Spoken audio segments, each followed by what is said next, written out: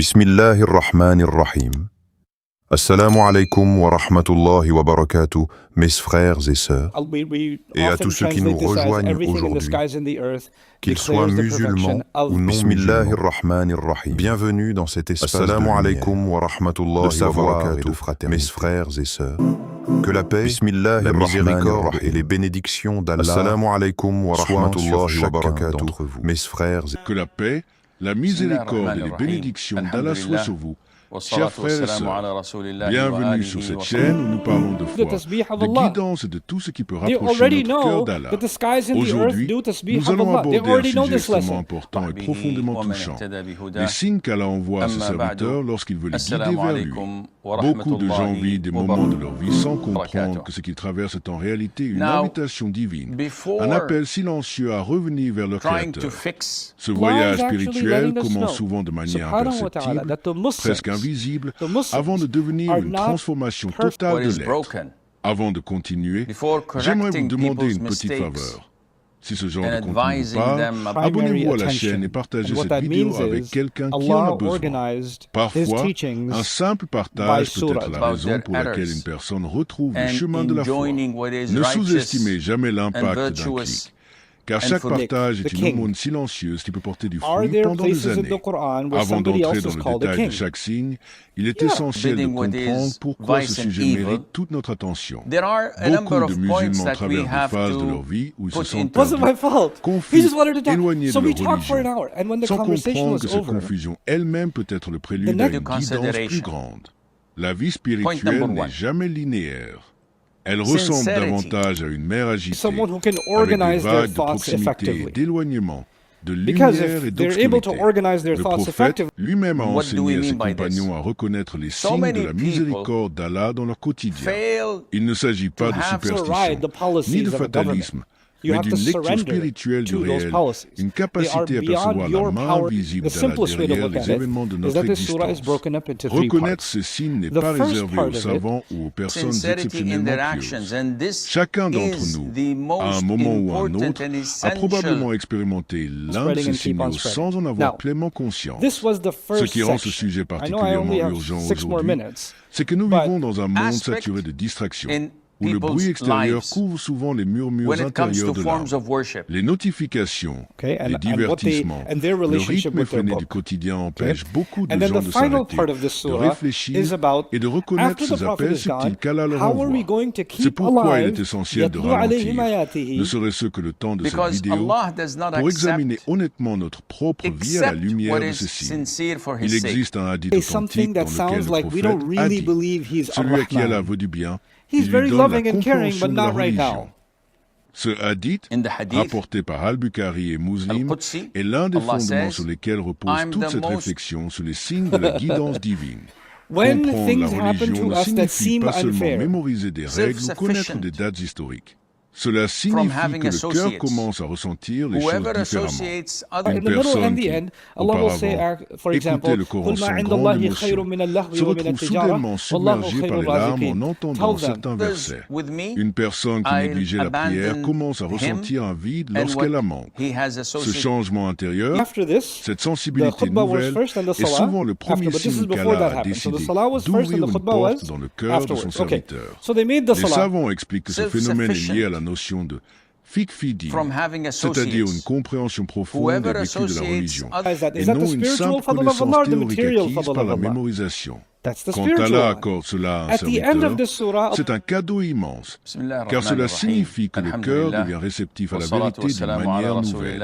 Ce n'est plus seulement l'esprit qui comprend intellectuellement des concepts religieux, mais le cœur lui-même qui commence à ressentir leur poids et leur beauté. Ce phénomène se manifeste souvent de manière progressive. Au début, la personne remarque simplement qu'elle prête plus attention au khutba du vendredi, qu'elle retient davantage ce qui est dit. qu'elle commence à faire des liens entre les versets qu'elle entend et sa propre vie. Puis, avec le temps, cette attention se transforme en une véritable soif, un désir sincère de comprendre non seulement ce qu'Allah demande, mais pourquoi il le demande et comment cela peut transformer sa relation avec le monde qui l'entoure. Il est important de noter que ce signe s'accompagne souvent d'une capacité nouvelle à comprendre les subtilités de la religion que la personne trouvait auparavant complexes ou rébarbatives. Des concepts comme le tawhid, la notion de destin ou les sagesses derrière certaines prescriptions religieuses qui semblaient abstraites commencent à prendre un sens concret et personnel. C'est comme si un voile se levait progressivement, permettant à la lumière de la compréhension de pénétrer un cœur auparavant fermé ou distrait. Beaucoup de gens se plaignent des épreuves qu'ils traversent sans comprendre leur sagesse profonde. Pourtant, le prophète a enseigné qu'aucune fatigue, ni maladie, ni tristesse, ni chagrin, ni mal, ni affliction ne touche le musulman, pas même une simple épine qui le pique, sans qu'elle expie par cela une partie de ses péchés. Ce hadith, rapporté par Al-Bukhari et Muslim, révèle une vérité fondamentale sur la nature des épreuves dans la vie du croyant. Quand une personne traverse une période difficile, perte d'un emploi, maladie, rupture, difficultés financières, deuil, et que, malgré la douleur, elle se retrouve à se tourner davantage vers Allah, à faire plus de doigts, à lire plus de Coran. C'est un signe extrêmement clair. L'épreuve n'est pas une punition. Elle est souvent une purification, une manière pour Allah de retirer le serviteur de la distraction du monde pour le ramener à lui. Il est important de comprendre que toutes les épreuves ne mènent pas à la guidance de la même manière chez tout le monde. Certaines personnes, face à la difficulté, s'éloignent davantage de la foi, remettent en question l'existence même d'Allah, ou tombent dans l'amertume et le désespoir. Mais celui qui est réellement voulu par Allah pour la guidance trouvera, au fond de son cœur, un attachement plus fort à la spiritualité au moment même où tout semble s'effondrer autour de lui. Cette réaction face à l'épreuve est en réalité un excellent indicateur de l'état spirituel d'une personne. Deux individus peuvent vivre exactement la même difficulté, par exemple la perte d'un être cher, et réagir de manière radicalement différente.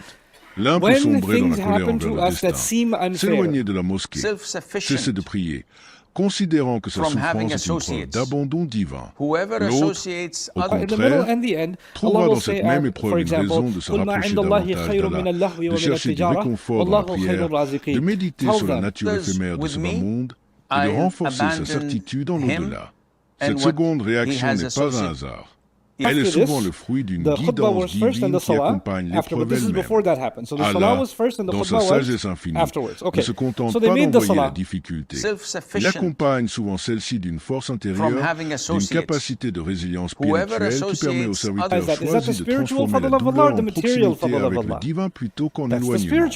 Un autre signe important est ce sentiment de malaise qui commence à apparaître après avoir commis un péché, même mineur.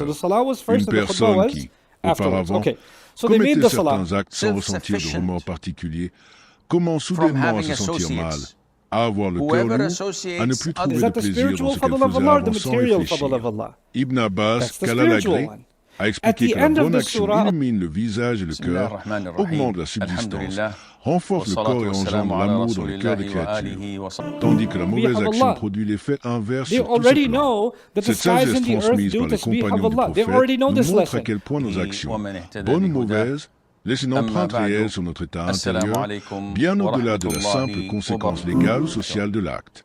Ce malaise face au péché n'est pas une faiblesse ni un signe de fragilité psychologique.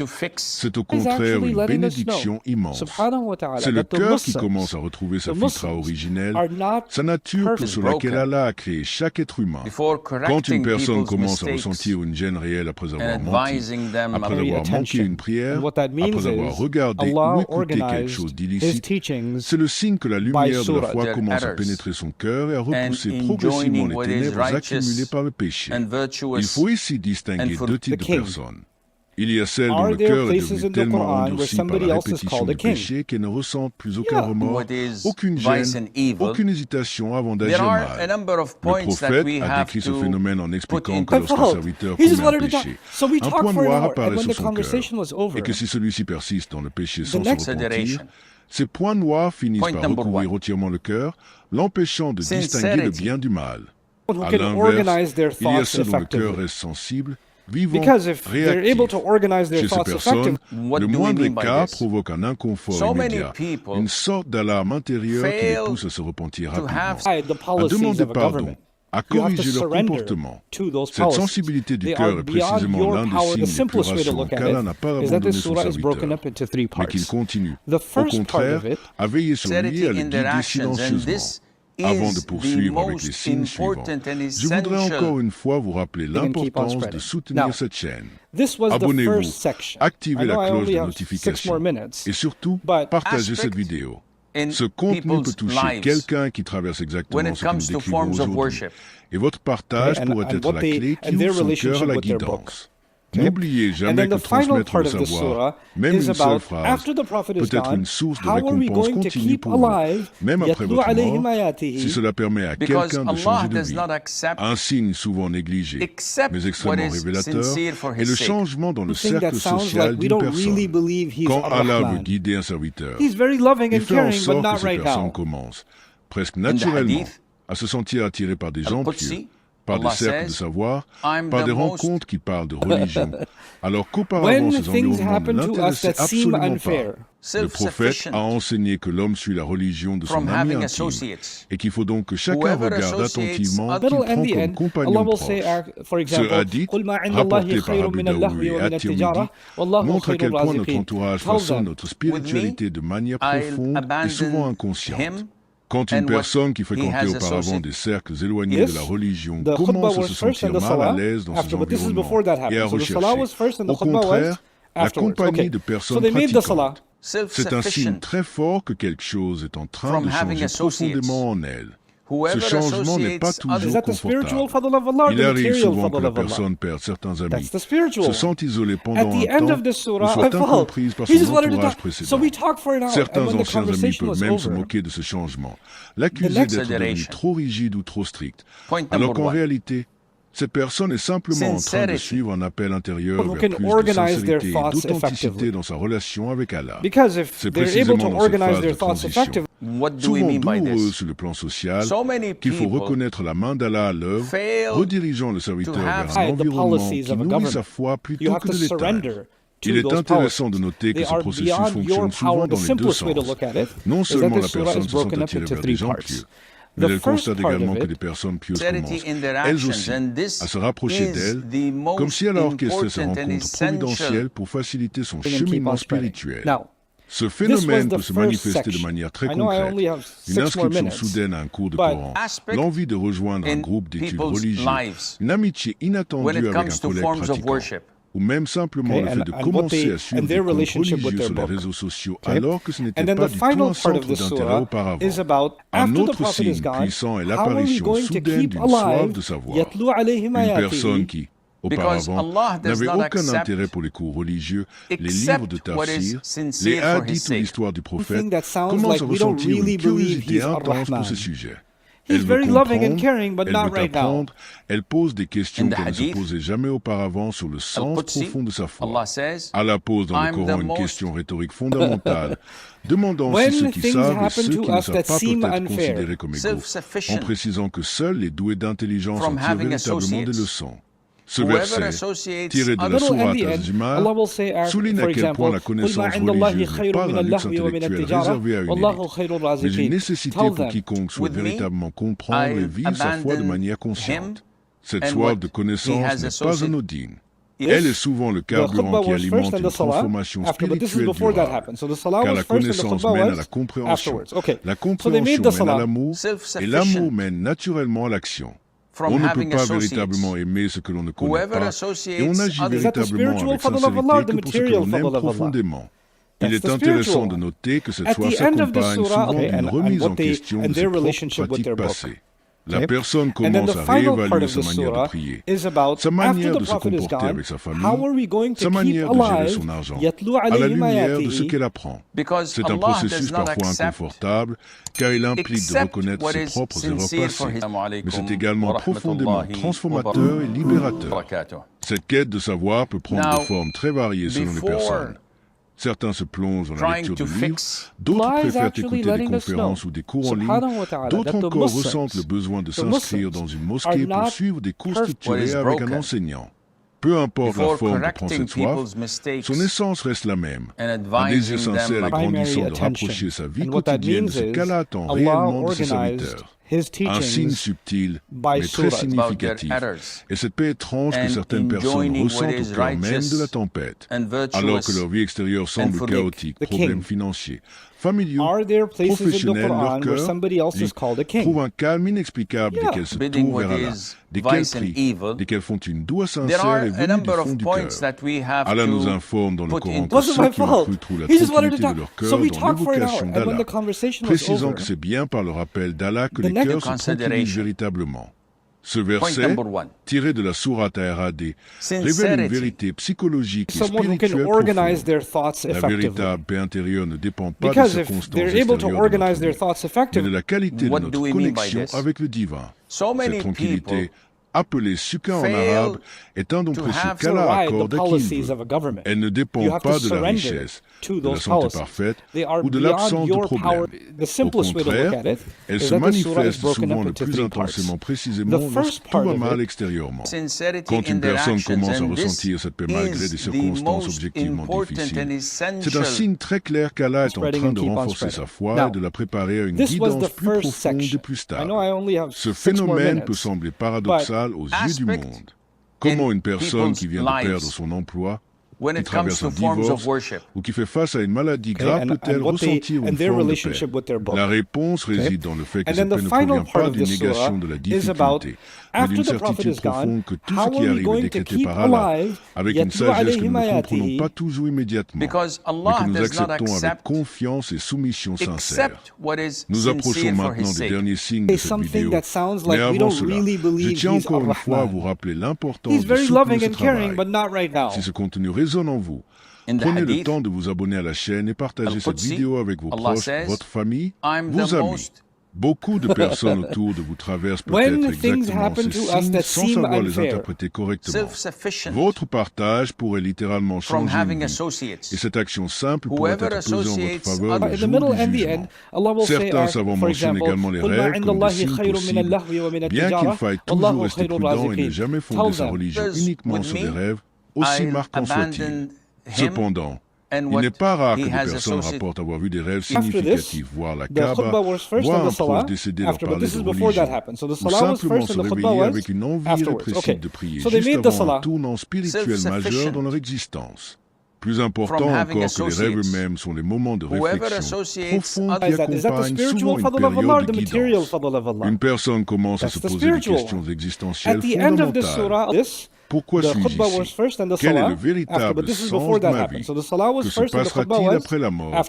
Ces questions, loin d'être un signe de faiblesse ou d'angoisse inutile, sont souvent la porte d'entrée vers une redécouverte sincère de la foi. Ce type de réflexion survient fréquemment à des moments charnières de la vie. Un anniversaire marquant, la naissance d'un enfant, la mort d'un proche, un accident évité de justesse, ou même simplement un moment de solitude, pour la première fois depuis longtemps, la personne se retrouve seule avec ses pensées, loin du bruit constant du monde moderne. C'est dans ces instants de silence que la voix intérieure, celle de la fitra, peut enfin se faire entendre.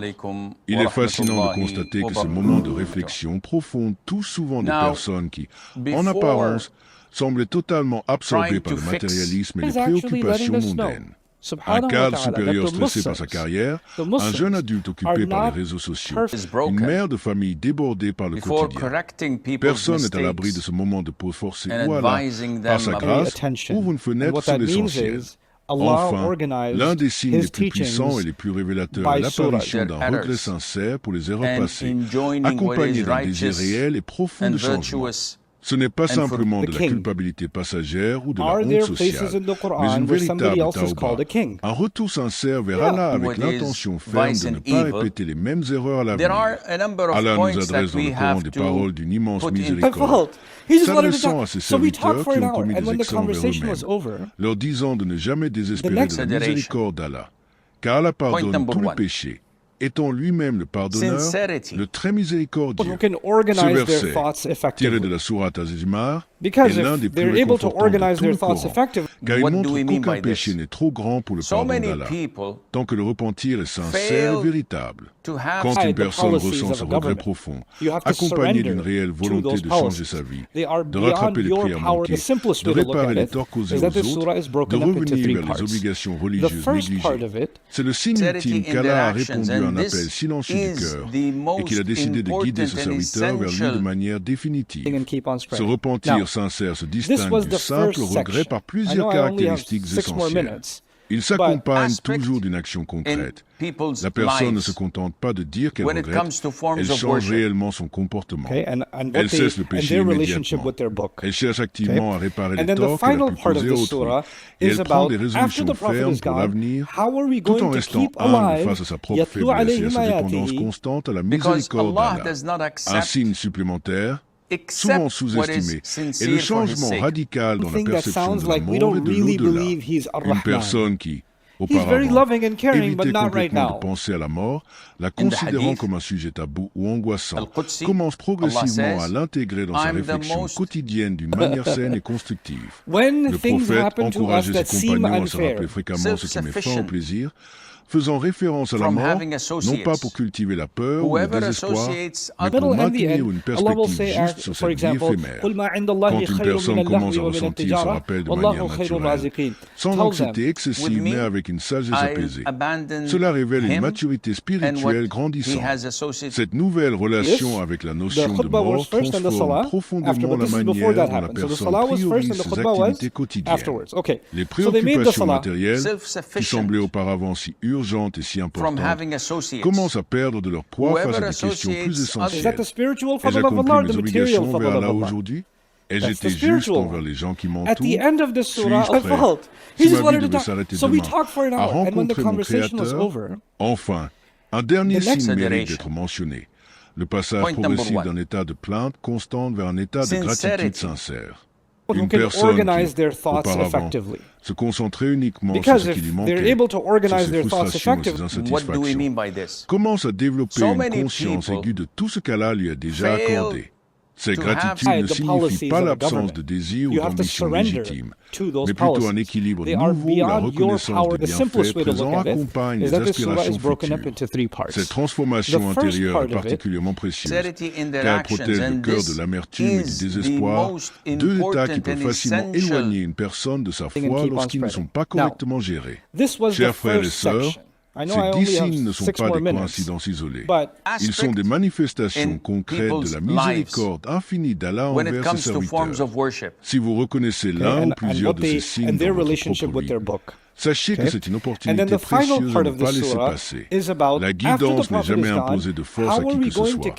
Elle est proposée avec douceur et patience. Et c'est à chacun de nous de saisir cette main tendue par notre Créateur. N'oubliez jamais que la porte du repentir reste ouverte tant que le soleil ne s'est pas levé de l'ouest, comme l'a rappelé le prophète dans plusieurs enseignements authentiques. Alors si vous ressentez aujourd'hui ce tiraillement intérieur, cette envie de changer, cette soif de vérité, ne l'ignorez surtout pas. Saisissez-la, nourrissez-la par des actes concrets et laissez-la vous guider vers une relation plus profonde, plus sincère et plus durable avec Allah. Rappelez-vous également que reconnaître ces signes n'est que la première étape. La véritable transformation nécessite de l'action, de la persévérance et souvent l'accompagnement d'une communauté pieuse et de savants qualifiés capables de guider ce cheminement de manière saine et équilibrée. Ne restez jamais seul dans ce voyage spirituel. Entourez-vous de personnes qui vous soutiendront, qui vous encourageront et qui vous aideront à rester constant sur ce chemin nouvellement retrouvé. Que Allah nous guide tous vers le droit chemin et qu'il fasse de nous des serviteurs reconnaissants de sa miséricorde infinie, capables de reconnaître ses signes et d'y répondre avec sincérité et détermination. Et Allah est le plus savant.